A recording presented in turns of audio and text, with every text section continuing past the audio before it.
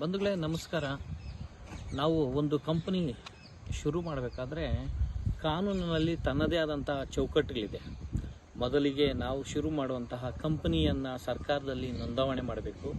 ಅದೇ ರೀತಿ ಅದಕ್ಕೆ ಒಂದು GST ಮಾಡಿಸ್ಬೇಕು. ಅದೇ ರೀತಿ ಅದಕ್ಕೆ ಒಂದು ಪಾನ್ ಕಾರ್ಡು, ಅಕೌಂಟ್ ಮಾಡಿಸ್ಬೇಕು, ಬ್ಯಾಂಕಲ್ಲಿ ಅಕೌಂಟ್ ಮಾಡಿಸ್ಬೇಕು. ಅದೇ ರೀತಿ ಅದನ್ನು ನಾವು ಇಲ್ಲಿ ಶುರು ಮಾಡ್ತೀವಿ ಆ ಒಂದು ಜಾಗದಲ್ಲಿ ಪಂಚಾಯತಿಯ ಜನರಲ್ ಲೈಸೆನ್ಸ್ ತಗೋಬೇಕು. ನಾವು ಶುರು ಮಾಡೋ ಜಾಗ ಏನು ಅಥವಾ ಕೃಷಿಗೆ ಸಂಬಂಧಪಟ್ಟಿದ್ದ ಜಮೀನಾದರೆ ಅದಕ್ಕೆ ಆದಂಥ ಒಂದು ಇಂಡಸ್ಟ್ರಿಯಲ್ ಕನ್ವರ್ಷನ್ ಮಾಡಿಸ್ಬೇಕು. ಆ ಶೆಡ್ಡಿಗೆ ಕನ್ವರ್ಷನ್ ಮಾಡಿದ್ದಾದಮೇಲೆ ಆ ಶೆಡ್ಡಿಗೆ KEBಲಿ ಅವರು ಕಮರ್ಷಿಯಲ್ಲ ಅಥವಾ ಡೊಮೆಸ್ಟಿಕ್, ಕಮರ್ಷಿಯಲ್ ಅದೇ ಕಮರ್ಷಿಯಲ್ ಕೊಡ್ತಾರೆ, ಅಥವಾ ಡೊಮೆಸ್ಟಿಕ್ ಅದೇ ಡೊಮೆಸ್ಟಿಕ್ ಕೊಡ್ತಾರೆ. ಮನೆಗಳಿಗಾದರೆ ಗೃಹೋಪಯೋಗಿ ಅದಾದರೆ ಮನೆಗಳಿಗೆ ಕೊಡ್ತಾರೆ. ಇದನ್ನೆಲ್ಲ ನೀವು ನೋಡಿ ರೈತರಿಗೆ ಉಚಿತವಾಗಿರುತ್ತೆ.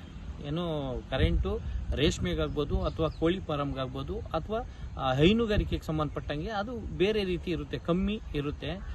ನಾನು ಹೇಳ್ತಾ ಇರೋದು ಆನೇಕಲ್ ತಾಲೂಕಲ್ಲಿ ಕೂನಿ ಮಡಿವಾಳ ಏನು ಬ್ಯಾಗಡದನಹಳ್ಳಿ ಗ್ರಾಮ ಪಂಚಾಯತಿಗೆ ಸಂಬಂಧಪಟ್ಟಂತಹ ಕೂನ್ ಮಡಿವಾಳ ಗ್ರಾಮದಲ್ಲಿ ಸರ್ವೆ ನಂಬರಲ್ಲಿ ಯಾವುದೇ ಏನು ಕಾನೂನಿನ ಭಯವಿಲ್ಲದೆ ಒಂದು ರೈತರ ಏನು ರೇಷ್ಮೆ ಹುಳು ಸಾಕಾಣಿಕೆ ಮಾಡೋ ಕೇಂದ್ರದಲ್ಲಿ ಒಬ್ಬ ಅವಿವೇಕಿ GST ಇಲ್ಲ, ಸರ್ಕಾರದ ಕಂಪ್ನಿ ರಿಜಿಸ್ಟ್ರೇಷನ್ ಇಲ್ಲ, ಪಂಚಾಯಿತಿಲಿ ಅನುಮತಿ ಇಲ್ಲ, ಮತ್ತು ಯಾವುದೇ ರೀತಿ ಏನು KEBಗೆ ಅದು ಕಾನೂನನ್ನ ಗಾಳಿಗೆ ತೂರಿ, ಸರ್ಕಾರದ ಏನು ಕಾನೂನನ್ನು ಗಾಳಿಗೆ ತೂರಿ ಒಬ್ಬ ಅವಿವೇಕಿ ಫೈಬರ್ ಕಂಪ್ನಿ ನಡೆಸ್ತಾ ಇರೋದು ನನಗೆ ಬೆಳಕಿಗೆ ಬಂದಿದೆ.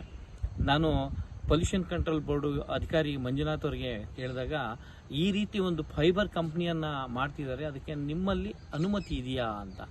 ಯಾವುದೇ ರೀತಿ ಅನುಮತಿ ಇಲ್ಲ. ಮತ್ತು ಅದು ಮಾಡಬೇಕಾದ್ರೆ ಅದರದ್ದೇ ಆದಂಥ ಕೆಲವೊಂದು ನಿಬಂಧನೆಗಳಿದೆ. ಆ ನಿಬಂಧನೆಗಳು ಒಳಪಡಿಸ್ಕೊಂಡು ಮಾಡಂಗಿದೆ ಮಾಡ್ಬೋದಷ್ಟೇ, ಇಲ್ಲಾಂದರೆ ಮಾಡೋಂಗಿಲ್ಲ ಅಂತ ಹೇಳಿದರು. ಅದೇ ರೀತಿ GST ನಾನು GST ನಮ್ಮ ಕೋರಮಂಗಲ GST ಅಧಿಕಾರಿಗಳನ್ನು ನಾನು ಫೋನ್ ಮಾಡಿ ಸಂಪರ್ಕ ಮಾಡಿದಾಗ ಅವನು ಕೇಳಿದೆ, ಈ ರೀತಿ ಏನು ಸ್ಟ್ಯಾಚ್ಯೂಗಳು ಮಾಡೋವಂಥದ್ದು, ಏನು ಆರ್ಟಿಸ್ಟ್ ಬೊಮ್ಮೆಗಳು ಮಾಡೋದಕ್ಕೆ, ಫೈಬರ್ ಬೊಮ್ಮೆಗಳು ಮಾಡೋದಕ್ಕೆ ಮತ್ತು POP ಬೊಮ್ಮೆಗಳು ಮಾಡೋದಕ್ಕೆ ಅನುಮತಿ ಇದೆಯಾ? GST ವಿತೌಟ್ GST ಇಲ್ದಿರೆ ಅನುಮತಿ ಇದೆಯಾ ಅಂತ.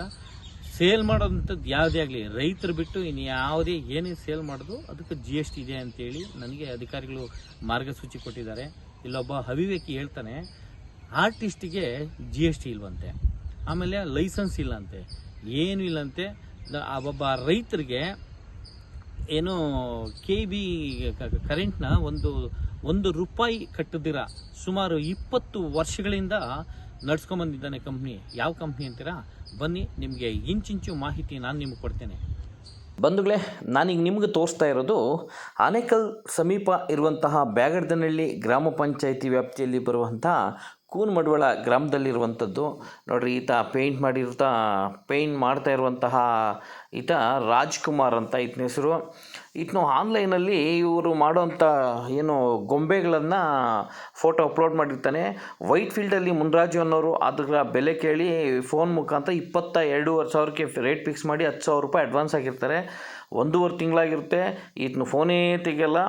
ಅವರಿಗೆ ಗಾಬರಿಗೊಂಡು ಮನೆ ಗೃಹ ಪ್ರವೇಶ ಹತ್ರ ಬರೋದ್ರಿಂದ ಅವರು ನನಗೆ ಕಾಂಟ್ಯಾಕ್ಟ್ ಮಾಡ್ತಾರೆ, ಈ ಥರ ಮೋಸ ಮಾಡಿದ್ದಾರೆ, ನನಗೆ ದಯವಿಟ್ಟು ಒಂದು ಸ್ವಲ್ಪ ನ್ಯಾಯ ಕೊಡಿಸಿ ಅಂತ. ಸರಿ, ನಾನು ಏನು ಅಂತೇಳಿ ಹುಡ್ಕೊಂಡು ಹೋದೆ, ಈ ಸ್ಪಾಟ್ಗೆ ಹೋದೆ. ಸುತ್ತ ಒಳ್ಳೆ ಪರಿಸರ ಇದೆ. ಆ ಪರಿಸರದ ಮಧ್ಯ ರೇಷ್ಮೆ ಹುಳ ಸಾಕಣೆ ಮಾಡುವಂತಹ ಕೇಂದ್ರದಲ್ಲಿ ರೈತರಿಗೆ ಮಂಕುಬೂದಿ ಎರ್ಚಿ ಏನೋ ಇದಕ್ಕೆ ಯಾವುದೇ ಪರ್ಮಿಷನ್ ಇಲ್ಲ ಹಾಗೆ ಹೀಗೆ ಅಂತೇಳಿ ಬರೀ 4,000 ಬಾಡಿಗೆಗೆ ಮಾತಾಡ್ಕೊಂಡು ಈ ಕೆಮಿಕಲ್ ಹಾಕ್ಕೊಂಡು ಏನು ಫೈಬರ್ ವರ್ಕ್ ಮಾಡ್ತಾ ಸರ್ಕಾರದಿಂದ ಯಾವುದೇ ಅನುಮತಿ ಪಡೆದಿರ ಈ ಪರಿಸರಕ್ಕೆ ಮಾರಕವಾದಂತಹ ಈ ಫೈಬರ್ ವರ್ಕ್ನ ಮಾಡ್ತಾ ಇರ್ತಾನೆ. ನಾನು ಹೋದೆ, ಅವ್ರಿಗೆ ಮುನ್ರಾಜು ಅನ್ನೋರಿಗೆ ಫೋನ್ ಮಾಡಿಕೊಟ್ಟೆ, ಮಾತಾಡಿದ್ರು. ಮಾತಾಡಿದ್ದಾದಮೇಲೆ ಅವ್ರದ್ದು ಏನು ಸ್ಟ್ಯಾಚ್ಯೂ ಇದೆಯೋ ಒಂದು 8-10 ದಿವಸ ಆಯಿತು. ನಾನು ಒಂದು 5-6 ಸತಿ ಹೋಗಿ ಬರಬೇಕಾಯ್ತು ಇವರಿಂದ. ಆಮೇಲೆ ಅಲ್ಲೆಲ್ಲ ವಾತಾವರಣ ನೋಡಿದೆ, ನನಗೆ ಇದು ಯಾವುದು ಲೀಗಲ್ ಇಲ್ಲ, ಎಲ್ಲ ಇಲ್ಲೀಗಲ್ ಬಿಸ್ನೆಸ್ ಇದು. ಯಾಕಂದರೆ ರೇಷ್ಮೆ ಹುಳುಗೆ ಅಂತೇಳಿ ಇವರು ಮನೆಗೆ ಇದು ಮಾಡಿಕೊಂಡು ಅವ್ರಿಗೆ ಮಂಕುಬೂದಿ ಹೆಚ್ಚಿ ರೈತರಿಗೆ ಇವನು 4-5 ಮಿಷಿನಲ್ಲಿ ವರ್ಕ್ ಮಾಡ್ತಾವನೆ. ನನಗೆಲ್ಲೋ ಒಂದು ಕಡೆ ಅನುಮಾನ ಬಂತು, ಏನೋ ನಡೀತಾ ಇದೆ ಇಲ್ಲಿ ಅಂತೇಳಿ. ಆಮೇಲೆ ನಾನು ಎಲ್ಲ ಆಗಿ ದುಡ್ಡು ನಾನೇ ಪೇ ಮಾಡಿದ್ದೀನಿ, 22,500 ಪೇ ಮಾಡಿದ್ದಕ್ಕೆ. ಆಮೇಲೆ GST ಬಿಲ್ ಕೇಳಿದೆ ನಾನು. ಇಲ್ಲ, ಇದಕ್ಕೆ GST ಬರಲ್ಲ ಅಂತ ಹೇಳಿದ್ದು.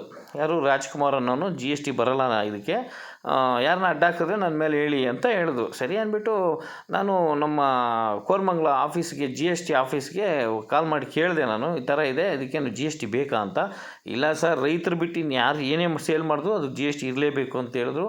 ಪೊಲ್ಯೂಷನ್ ಕಂಟ್ರೋಲ್ ಬೋರ್ಡ್ಗೂ ಈ ಥರ ಫೈಬರ್ ವರ್ಕ್ಗೆ ಏನು ಲೈಸೆನ್ಸ್ ಇದೆಯಾ, ಮಾಡ್ಬೋದಾ, ಲೈಸೆನ್ಸ್ ನಿಮ್ಮ ಪೊಲ್ಯೂಷನ್ ಕಂಟ್ರೋಲ್ ಬೋರ್ಡಿಂದ ಏನಾದರೂ ಅನುಮತಿ ಇದೆಯಾ, ಅನುಮತಿ ಇಲ್ವಾ, ಅದು ಯಾವುದೇ ಕಾರಣಕ್ಕೂ ಅದು ಮಾಡೋಂಗೆ ಇಲ್ಲ, ಮಾರಕ ಅದಕ್ಕೆ ನಮ್ಮ ಕಡೆಯಿಂದ ಲೈಸೆನ್ಸ್ ಸಿಗೋಲ್ಲ ಅಂತ ಹೇಳಿದ್ರು. ಆಗ ನನಗೆ ಫ್ಲಾಶ್ ಆಗಿದ್ದು ಒಂದೇ, ಇದು ಮಾಡ್ತಿರೋದು ಇಲ್ಲಿಗಲ್ ಬಿಸ್ನೆಸ್, ಇದ್ರ ಬಗ್ಗೆ ನಾವು ಹೋರಾಟ ಮಾಡಬೇಕು, ಆ ರೈತರಿಗೆ ನ್ಯಾಯ ಕೊಡಿಸ್ಬೇಕು. ಆ ರೈತರಿಗೆ ಇದ್ರ ಬಗ್ಗೆ ಅರಿವಿಲ್ಲ. ನೋಡಿರಿ, ಆ ಮನೆ ಸುತ್ತು ನೋಡಿ ಎಷ್ಟು ಕೆಮಿಕಲ್ ಇದೆ ಅಂದರೆ ದುರ್ವಾಸನೆ ಹೊಡಿತಾ ಇದೆ ಅಲ್ಲಿ. ನೋಡಿರಿ, ಆ ಪೇಂಟ್ ಮಾಡ್ತಾಯಿದ್ದೆ ಗಬ್ಬು ನಾತ ಹೊಡಿತೀವಿ, ನನಗೆ ಆಗಲಿಲ್ಲ, ನನಗೆ ವಾಮಿಟ್ ಬಂದಂಗಾಯಿತು. ಅದು ಕೋಟಿಂಗ್ ಅಂತ ಏನೋ ಕೋಟಿಂಗ್ ಮಾಡ್ತಾರಂತೆ, ಅದು ಗಬ್ಬು ನಾತ ಹೊಡಿತಾ ಇತ್ತು. ಆಮೇಲೆ ರಾತ್ರಿ ಈ ಫೈಬರ್ ವರ್ಕೆಲ್ಲ ಮಾಡಿ ಮಿಕ್ಕ ಪೀಸ್ಗಳನ್ನ ರಾತ್ರಿ ಕಟ್ ಮಾಡಿ ಇವನು ಬೆಂಕಿ ಹಾಕಿ ಸುಟ್ಟಾಕ್ತಾನಂತೆ. ಎಲ್ಲ ನಾನು ಅದನ್ನು ನಿಮಗೆ ಡೀಟೇಲ್ಸಾಗಿ ತೋರಿಸ್ತೀನಿ. ಕಂಪ್ಲೀಟ್ ನೋಡಿರಿ, ಎಲ್ಲ ಸುಟ್ಟಿ ಎಲ್ಲ ಇದು ಮಾಡಾಕ್ತಾನೆ. ಆ ಹೊಗೆ ಎಲ್ಲ ಎಲ್ಲೋಗುತ್ತೆ. ಇದು ಪರಿಸರಕ್ಕೆ ಮಾರ್ಕ ಅಲ್ವಾ? ದಯವಿಟ್ಟು ಇಲ್ಲಿನ VA ಅಶೋಕರಾವ್ ಅಥವಾ RI ಆಂಜಿನಪ್ಪನವರು ದಯವಿಟ್ಟು ಇದ್ರ ಬಗ್ಗೆ ಕೂಡಲೇ ಎಚ್ಚೆತ್ಕೊಡ್ರಿ. PDO ನಾಗರಾಜುರವರು ಅಷ್ಟೇ ಸಹ, ಆಮೇಲೆ ನಾನು ಬೆಸ್ಕಾಂ ಇಲಾಖೆ ನಮ್ಮ AW ಅವ್ರಿಗೂ ಸಹ ಹೇಳ್ತೀನಿ, ದಯವಿಟ್ಟು ಇದ್ರ ಬಗ್ಗೆ ಕ್ರಮ ತಗೊಂಡ್ರೆ ಒಳ್ಳೆಯದು. ಇಲ್ಲಾಂದರೆ ಇನ್ನೂ ಒಂದಷ್ಟು ಪರಿಸರನ ಹಾಳು ಮಾಡೋದ್ರಲ್ಲಿ ಎರಡು ಮಾತಿಲ್ಲ. ಯಾವುದೇ ಅನುಮತಿ ಇಲ್ಲದೆ ನೋಡ್ರಿ, ಕಂಬದಿಂದ ಯಾವ ರೀತಿ ಅಕ್ರಮವಾಗಿ ಕರೆಂಟನ್ನು ಎಳ್ಕೊಂಡು ದುರುಪಯೋಗ ಪಡಿಸ್ಕೊಳ್ತಿದ್ದಾನೆ. ಯಾವುದೇ ರೀತಿ ಮೀಟ್ರ್ ಇಲ್ಲ, ಯಾವುದೇ ರೀತಿ ಒಂದು ಅನುಮತಿ ಇಲ್ಲ. ಎಷ್ಟು ಮಿಷಿನ್ ಇದೆ ಅಂದರೆ ಅದರೊಳಗಡೆ ನೋಡಿದ್ರೆ ಮಾತ್ರ ಗೊತ್ತಾಗುತ್ತೆ. ದಯವಿಟ್ಟು ಈ ಒಂದು ವಿಡಿಯೋ ನೋಡಿದ ತಕ್ಷಣ ನೀವು ಕ್ರಮ ತಗೊತೀರ ಅನ್ನೋ ಒಂದು ಭರವಸೆ ಮೇಲೆ ನಾನು ಇರ್ತೀನಿ.